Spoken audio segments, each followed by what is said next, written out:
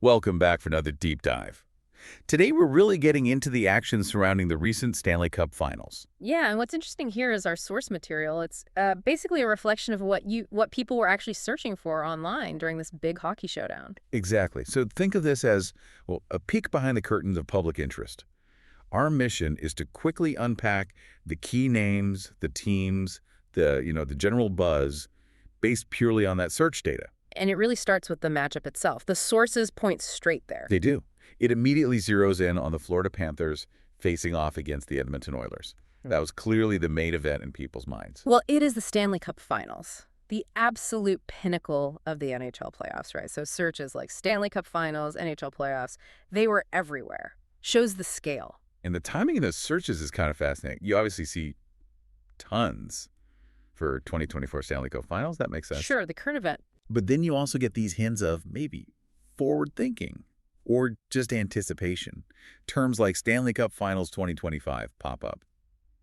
Even who won the Stanley Cup 2025. Yeah, that's odd, isn't it? It shows how these big events get people thinking ahead, maybe mixing things up. Or just pique curiosity spilling over. Could be. But bringing it back to the 2024 finals, the data really highlights the individuals people were zooming in on, the specific names in the searches. That tells you who mattered. Totally.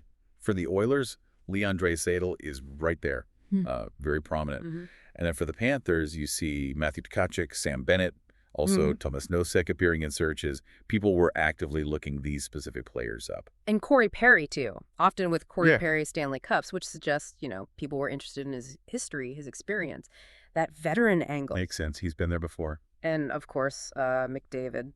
Just the last name, but it's clearly Connor McDavid. You'd expect him to be huge, given his profile. Okay, but here's a slight curveball from the source data. Brad Marchand. Marchand NHL shows up. He wasn't in the finals, though. Right, and that's a great example of how search data works. It's not always laser-focused only on the immediate event. So, leftover interest from earlier rounds, or just general fame? Exactly. Could be carryover from the Bruins run, or just that Marchand is a name people know and search for around big NHL moments. It reflects a wider interest, not just the two teams playing. Okay, that clarifies things. It's not just who's on the ice, but who's generally relevant in the hockey conversation right then. Precisely. So, moving beyond the players, what else were people desperate to know? Seems like, well, basic game info was massive. Oh, absolutely massive.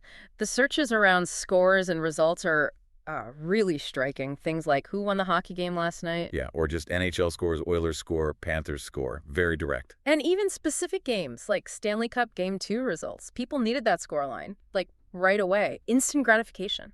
And they needed to find the game, too. The how-to-watch searches were significant. Yep, where to watch Stanley Cup Finals, how to watch Stanley Cup Finals. Even specific streaming services mentioned, like Hulu Live TV and Sling. Shows the effort people put in. They really wanted to tune in. And one more thing, it wasn't just looking back at scores. People were also looking forward within the series.